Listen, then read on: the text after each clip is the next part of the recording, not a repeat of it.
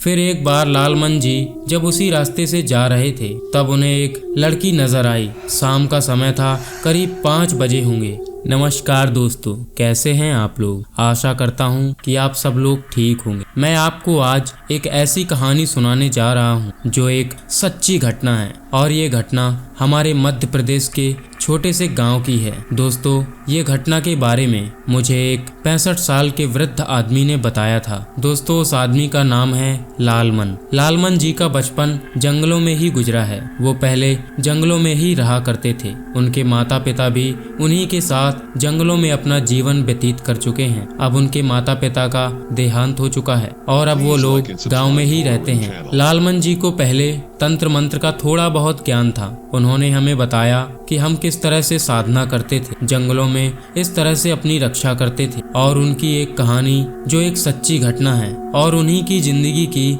ये कहानी जिसमें एक यक्षिणी उनके पीछे पड़ गई थी। उन्होंने बताया कि एक बार जब हम और हमारे दोस्त, जिसका नाम छोटन था, जो लालमन जी के उम्र के ही आसपास का था, जब वो लोग जंगल में लकड़ियां काटने जाते थे तब उन्हें रास्ते में एक शमशान घाट मिलता था जिसमें एक पीपल का पेड़ भी लगा हुआ था और ये पेड़ लगभग 300 साल पुराना था। ऐसा माना जाता था कि वहाँ कभी कभी रात में डरावनी आवाजें, घुंघरू की आवाजें सुनाई दिया करती थी। डर तो उन्हें बहुत लगा, परंतु उनका साहस और दोनों जन का धैर्य साथ दे रहा था। जब वो दोनों जंगल के रास्ते से जाते तब उन्हें रास्ते में ही कुछ अजीबोगरीब हलचल होती सुनाई देती थी, परंतु जब वो दोनों शमशान घाट में जाते तो उन्हें कुछ भी महसूस नहीं होता था। तब उन्हें लगने लगा कि सब बकवास की बातें हैं। कुछ दिन ऐसे ही बीत गए, तब उन्होंने वहां जाना बंद कर दिया और अपने काम में लग गए। फिर एक बार लालमन जी जब उसी रास्ते से जा रहे थे तब उन्हें एक लड़की नजर आई। शाम का समय था, करीब 5 बजे होंगे। जंगल इतना घना था कि कुछ भी नजर नहीं आ रहा था। उन्हें कुछ धुंधला धुंधला दिखाई दे रहा था। तब उन्होंने उस लड़की के पास जाने का निर्णय किया और जब वो उस आकृति के पास गए तब वो आकृति उनसे दूर जाने लगी। तब उन्होंने दौड़ लगाई और उस लड़की का पीछा किया। तब उन्हें पता चला कि वो लड़की कोई और नहीं बल्कि उन्हीं के गांव की एक लड़की है। और लालमन ने कहा कि कौन हो तुम और इस जंगल में क्या कर रही हो। उस लड़की ने जवाब नहीं दिया और रोने लगी। तब उन्होंने पूछा, क्या हुआ। लड़की बोली, मेरा नाम कामिनी है। फिर लालमन ने पूछा कि तुम यहाँ आखिर कर क्या रही हो इस घने जंगल में। फिर कामिनी रोने लगी और बोली, मैं अपने माता पिता को खोज रही हूँ। किसी ने मेरे माता पिता को घर से बाहर निकाल दिया है और मेरे घर में कब्जा कर लिया है। तब लालमन बोला, क्या हुआ तुम्हारे पिता के साथ। तब कामिनी मनगढ़ंत कहानी सुनाने लगी और जोर जोर से रोने लगी। इतने में ही सुबह होने वाली थी और बोलने लगी कि अब मैं चलती हूँ। लालमन बोला कि तुम कहाँ जाओगी। तब लड़की बोली, मैं कहीं भी चली जाऊंगी, मेरा तो ठिकाना ही नहीं है। मेरे पैर जहाँ ले जाएंगे मैं वहीं चली जाऊंगी। और कामिनी बोली कि तुम जाओ।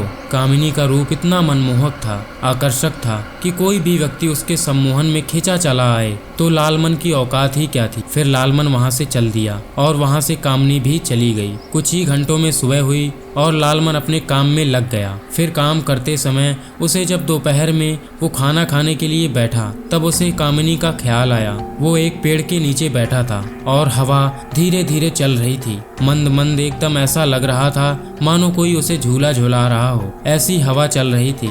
लालमन कामिनी के बारे में सोचने लगा। सोचते सोचते उस वृक्ष के पास सो गया। उसने देखा कि कामिनी का मनमोहक रूप उसे अपनी ओर खींच रहा है। जब उसकी नींद खुली तो शाम हो चुकी थी और वो बोला कि कहाँ गई कामिनी, कहाँ हो तुम। फिर उसे थोड़ी देर में साफ हुआ कि वो सिर्फ एक सपना था और मुस्कुराते हुए लालमन वहां से चल दिया। दोस्तों, एक दिन लालमन और उसका दोस्त जंगल में लकड़ियां काटने के लिए जाते हैं। तब उन्हें आने में देर हो जाती है, थोड़ी ज्यादा ही रात हो जाती है। करीबन 11 बज चुके थे। अब वो जंगल के रास्ते से आ रहे थे। उनके साथ उनका दोस्त छोटन भी था। दोनों ने मसाल जलाई और बातचीत करते हुए चल दिए। फिर धीरे धीरे चलते चलते उन्हें वही शमशान घाट जहाँ 300 साल पुराना पीपल का पेड़ लगा था, वहाँ दोनों काफी थक चुके थे। और छोटन बोला कि भाई अभी यहीं आराम करते हैं। तब लालमन ने जवाब दिया कि नहीं, हम यहाँ नहीं रुक सकते।